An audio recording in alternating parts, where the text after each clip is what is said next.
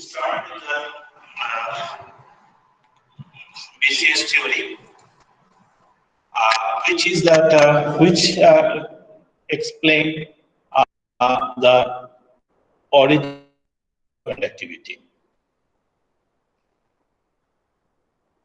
So when an electron is passing through the lattice, there is a distortion takes place. Because this is the positively charged and electron is the negatively charged. So lattice ions are positively charged, hence a negatively charged particle to the lattice, that region contracts a little, and electron and phonon, the interaction takes place. Due to this, there is a little distortion in the lattice. Similarly, that is happening for the other electrons also. This is the second electron. Now, as the electron moves much faster than the positively lattice ions, even where it, because the positively lattice ion is heavier, so it takes some time for its movement, and its movement is sluggish. So when the electron has gone from its position, still take some time to regain its original position.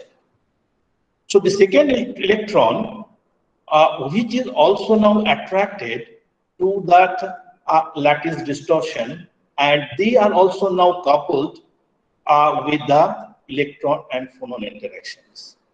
So the first electron, which causes the distortion, and there is a electron phonon exchange, and now the second electron, which is now attracted by this distortion from that lattice, is now also connected through electron phonon interaction. So now excitation is arising on and electron 2 on through a phonon.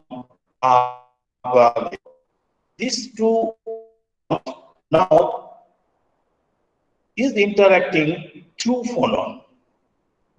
So the second electron is attracted by the distorted lattice, and electron phonon interaction takes place for the second electron. Now, when this interaction between the first and second is much higher than the repulsive of this charges, then the two electrons are now clubbed together and interacted together and form a bound pair, which is known as the Cooper pair. So two electrons interact at a distance through phonon, and because they both want to go to the region with increased positive charges. If this exceeds electron-electron repulsion, then a bound pair is formed, and this pair is called the Cooper pair.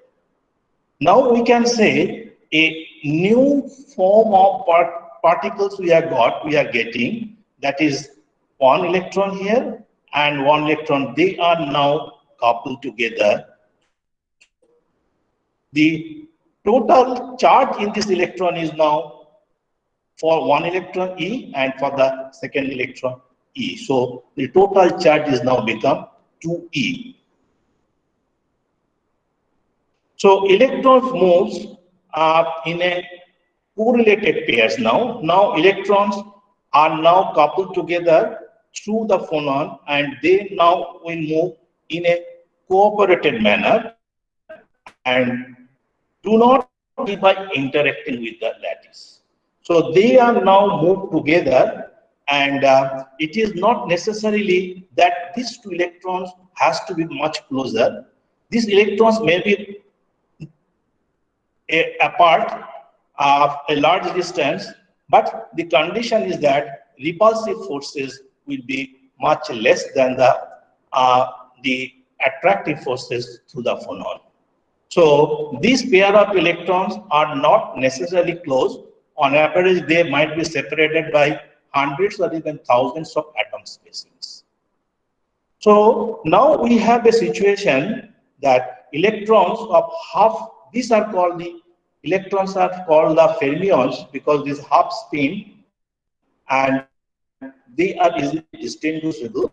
And these fermions are dislike each other, and that's why they form a repulsive forces. But when this Cooper pair is forming, the total charges is now is equal to Cooper have opposite spins and opposite linear momentum. So Cooper pair, as they are opposite spin, the total spin is 0. So now this Cooper pair has a, if you consider one entity, now they have a 0 spin and have a 0 momentum. So they are now called a boson.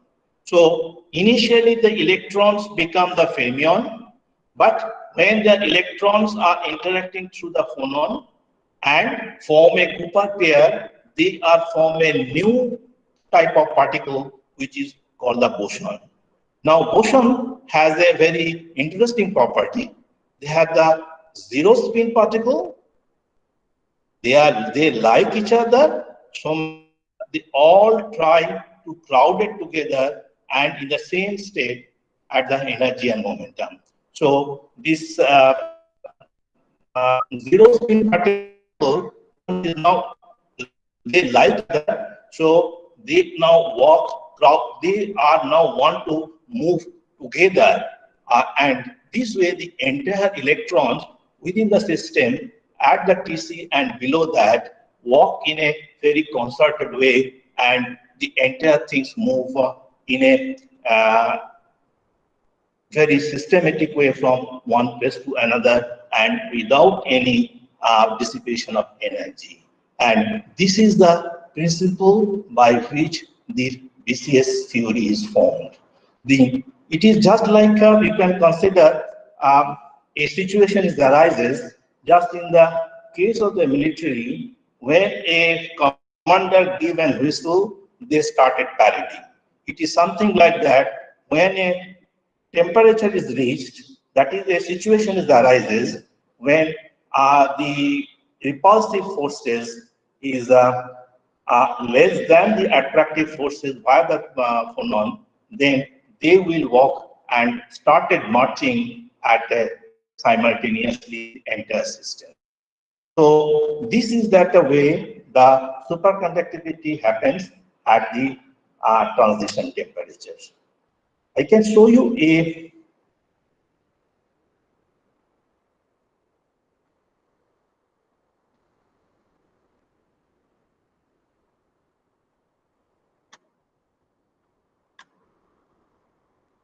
YouTube where you can, I don't know, it is not coming. You can open it. Let's see. The YouTube. Then you can have an idea.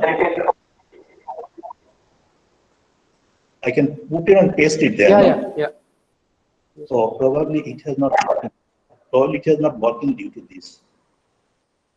You can just copy paste in your browser, and then it will work.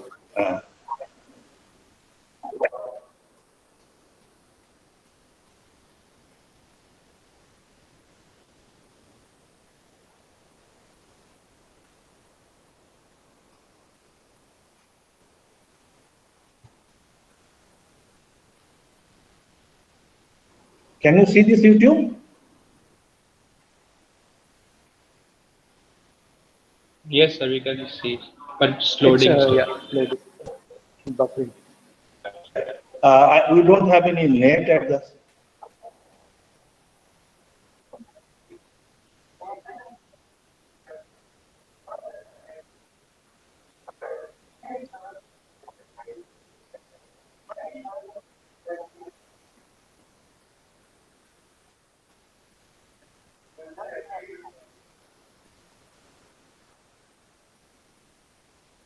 Yeah, it is slow, quite. not buffering. Yeah, it is. So we can share the video later with them. We'll share.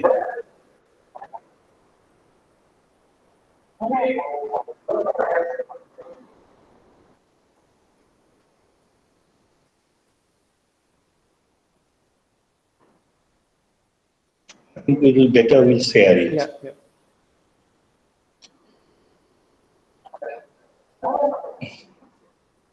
I will share it with you.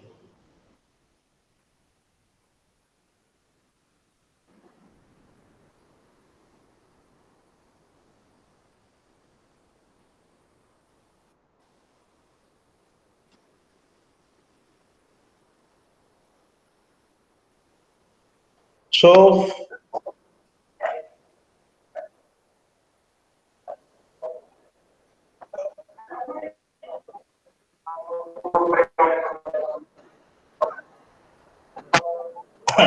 I made EMS.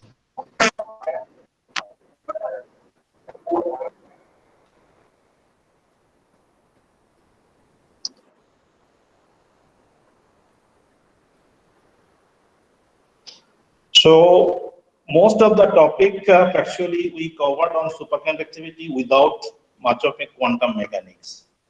And quantum mechanical treatment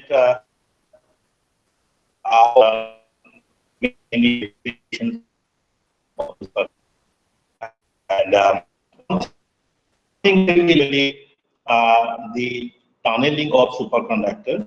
We get some occasion in future, we will describe it.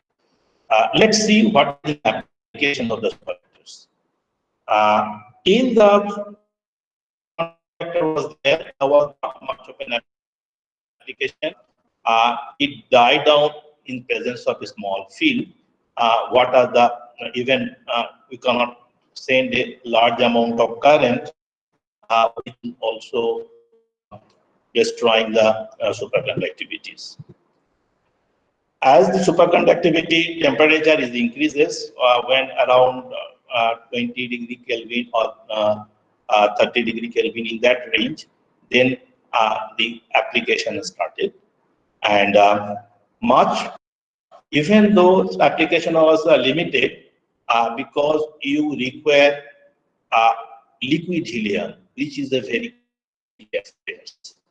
But the invent of the high temperature superconductor, that is that cuprate type of superconductors, whose temperature, transition temperature is close to around 90 K, then lot of applications started. But there also a problem because this is basically a ceramic material and very brittle. So developing a wire is a very tough thing of this one directly from the superconductor. So the method of preparing the wire is like that. You put the superconducting materials inside a silver tube and you draw that the form of the wire. So when you put, then the inside of you will find that there is a material. So when you go to the work is always go through the minimum resistance part, that is that superconducting part. So the current will go through the superconducting part. So then even with the ceramic material which is very brittle, that can be also used as a wire for this.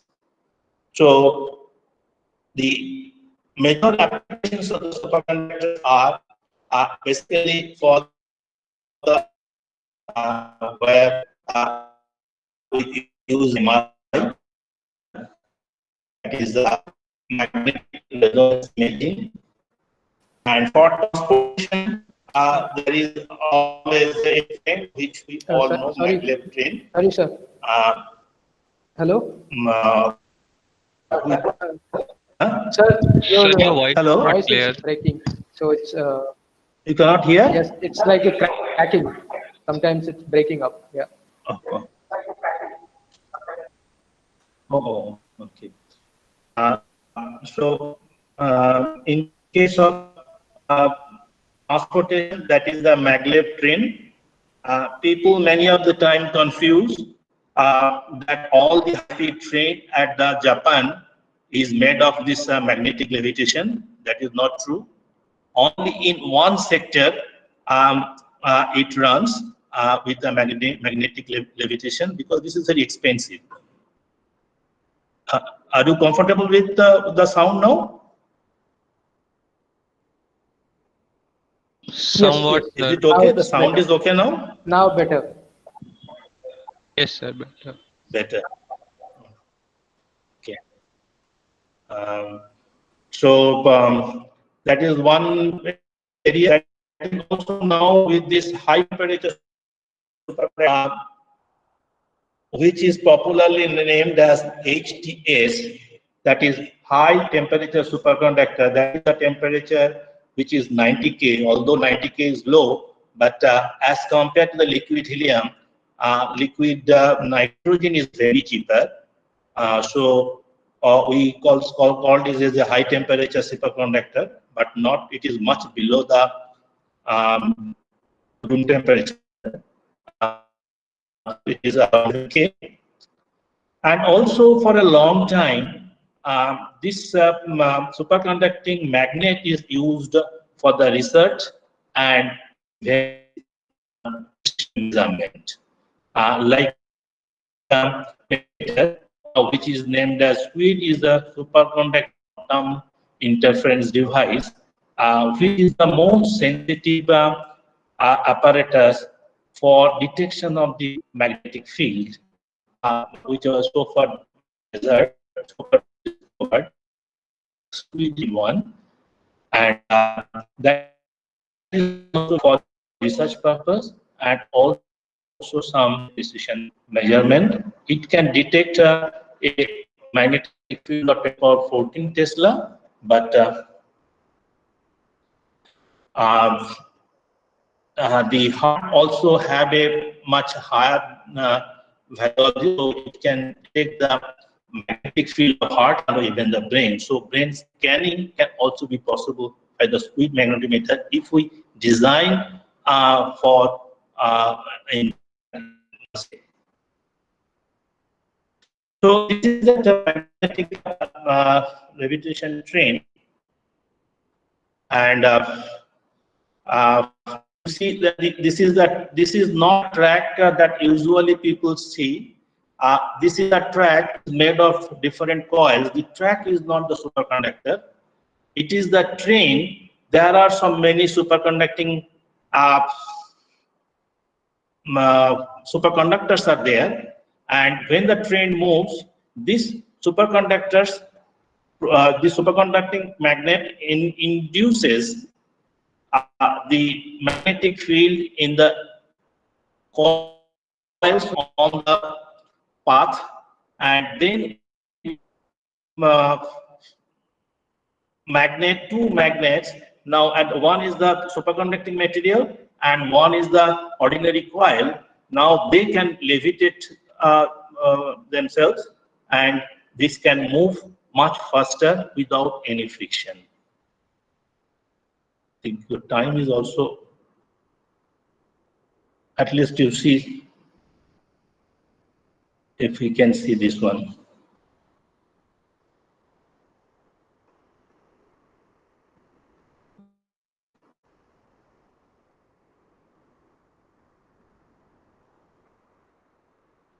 Actually, probably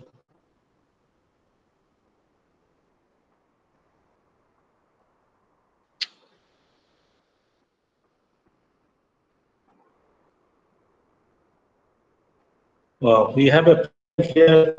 I came to the room from the lab.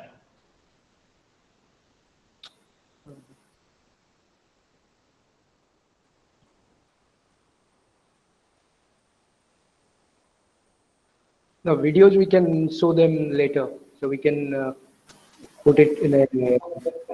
I will show them Yeah, later. I Yes. can upload it in the classroom so they can watch. Yes.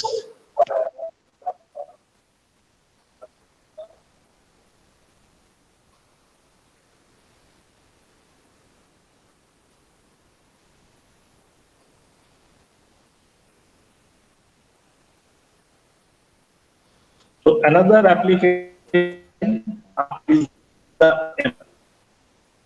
uh, what is happening in the MRI. Basically, your body is a lot of hydrogen atoms in our body. It is a lot of water is in our body, and that is a lot of hydrogen atom in our body. So the nucleus of this hydrogen, it is the proton. So if we put this proton or this hydrogen nucleus in a magnetic field, then it feels splitting. And if we now give alternating magnetic field of higher frequency, then this proton will, that is the precision is taking place for this proton. And now if the resonance frequency occurs and if we withdraw the magnetic field, then this proton or they will emit a radio frequency signal, and that is captured by the secondary coil and measured for the different components or different portion of the material, and which resulted, if we go in the image form, we can go that magnetic resonance imaging. And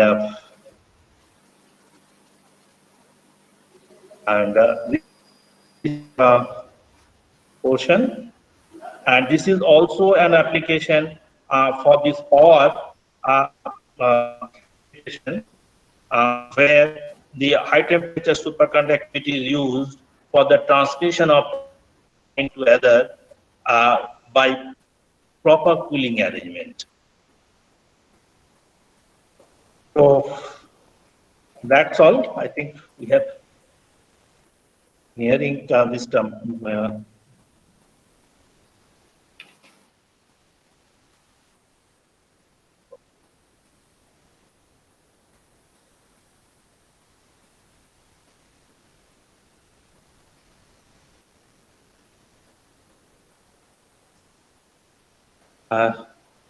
This is the term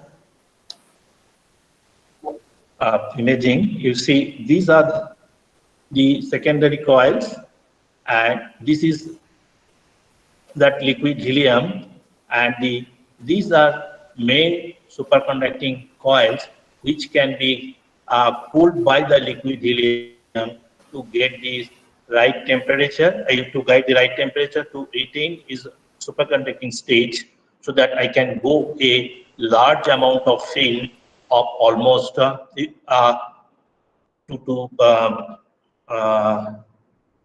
almost 2 Tesla. Sometimes you will find this MRI, they also write down 1.5 Tesla or 2 Tesla or 3 Tesla. So this is basically the magnetic field that which can be applied to the human body, and that can help in better or much better resolution for the MRI, for the imaging, resonance imaging. So these are the, as I told you, these are the various materials. These are very commonly used for a long time, that niobium tin and lead-based compound and niobium germanium. These are very common, particularly niobium tin is very common for a long time for superconducting magnets. Now the attempts are doing with the YBSO, yttrium, barium, copper oxide. Although this has a better properties, but bismuth is very toxic, So people are little scared of using the bismuth. Same thing is about thallium. Thallium is also toxic. So for common use, it will be very restricted. And mercury is also a toxic element. So this is for application so far.